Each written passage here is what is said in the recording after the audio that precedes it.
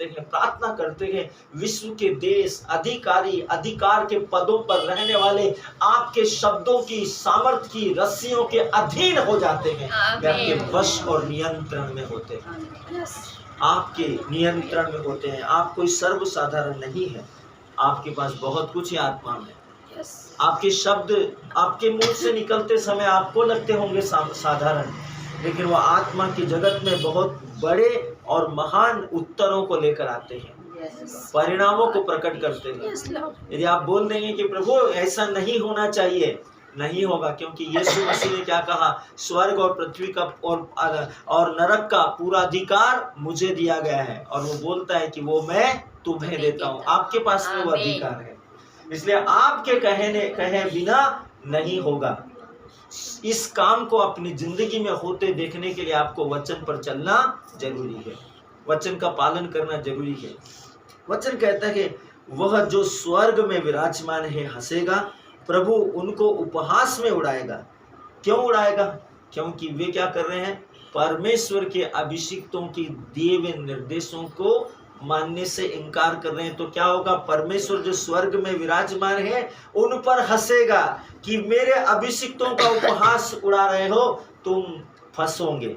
वचन कहता है प्रभु उनको उपहास में उड़ाएगा, तब वह उनसे क्रोध में बातें करेगा। परमेश्वर क्या करेगा, उन पृथ्वी के राजाओं से, उन लोगों से जिनके लिए आपने प्रार्थनाएं की है, वो यदि आपकी नहीं सुनेंगे तो परमेश्वर क्या करेगा, उनसे क्रोध में बातें करेगा, और क्रोध में यह कहकर उन्हें भयभीत कर देगा, मैंने तो अपने चुने हुए राजा को अपने पवित्र पर्वत सियोन की राजगद्दी पर नियुक्त किया है। सोचिए कि आप कहाँ हैं, सियोन की राजगद्दी पर। परमेश्वर के पवित्र और चुने हुए और नियुक्त राजा है आप इस विश्व में, आपके पास सार्वभौमिक अधिकार है। इससे कहने की बातें नहीं है, इतिहास में परमेश्वर ने ये कहा और ये आज तक हो रहा है, आज तक हो रहा है। राजा कोई भी हो, सरकार आप चला रहे हैं, क्योंकि आपके कंधों पर प्रभुता रखी है। परमेश्वर ने आपको राजा बनाया है। वो जो राजा पृथ्वी पर आप देखते हैं, उन राजाओं के लिए, उनकी सुरक्षा के लिए, उनकी समझ के लिए, उनकी बुद्धि के लिए आप प्रार्थना करते हैं। घुटनों पर जीवित परमेश्वर के सामने आप खड़े होते हैं, तब वे शासन कर रहे हैं, नहीं तो वो गिर जाएंगे, उनकी सरकारें गिर जाएंगी। सोचिए मेरे प्रियो, इतने क्रिश्चियनिटी को परेशान सताव होने पर भी क्रिश्चियनिटी अपने अधिकारियों के लिए, राजाओं के लिए, प्रधानमंत्रियों के लिए, प्रेसिडेंट के लिए, एमपी के लिए, एमएलए के लिए, वो कैसे भी हो लेकिन उनके लिए प्रार्थना करते हैं। क्यों? क्योंकि परमेश्वर ने कहा है कि सब ऊंचे पद, राजा और अधिकारियों के लिए प्रार्थना करो, और परमेश्वर ने यह भी कहा है कि वर्तमान समय में जो अधिकारी है उनकी नियुक्ति परमेश्वर के द्वारा की गई है। इसलिए वे जो हैं वे आपके बदौलत हैं। इसलिए आप प्रार्थना कीजिए, परमेश्वर सर्वशक्तिमान ने आपको सियोन की राजगद्दी पर नियुक्त किया है। मैं उस वचन का प्रचार करूंगा जो यहोवा ने मुझसे कहा है, तू मेरा पुत्र है, आज मैं ही ने तुझे जन्माया है। Glory to God. ये बहुत अद्भुत है, ये बहुत अद्भुत है। परमेश्वर का वचन कहता है, सर्वशक्तिमान का वचन कहता है, मैं उस वचन का प्रचार करूंगा। आप जिस वचन पे विश्वास करते हैं, सोचिए, मरियम ने कहा आपका वचन मुझ में पूरा हो जाए, और जब उसने कहा वचन मुझ में पूरा हो जाए, उसी समय वचन क्या हो गया, यीशु मसीह बन गया। और वही यीशु मसीह आप जब आप उस वचन का प्रचार करते हैं, जब आप उस वचन का पालन करते हैं जो यहोवा ने मुझसे कहा है कि तू मेरा पुत्र है। क्या आपने बपतिस्मा ग्रहण करते समय आत्मा में परमेश्वर की आवाज को सुना? यीशु से जो कहा गया वो दिखाया गया है सारी सृष्टि के लोगों को। यह मेरा प्रिय पुत्र है, इस पर मैं अत्यंत प्रसन्न हूँ, इसकी सुनो। और वचन में क्या लिखा है, मैं उस वचन का प्रचार करूंगा जिस वचन पर आप विश्वास करते हैं। वचन कहता है तू मेरा पुत्र है, तू मेरी पुत्री है, आज मैं ही ने तुझे जन्माया है।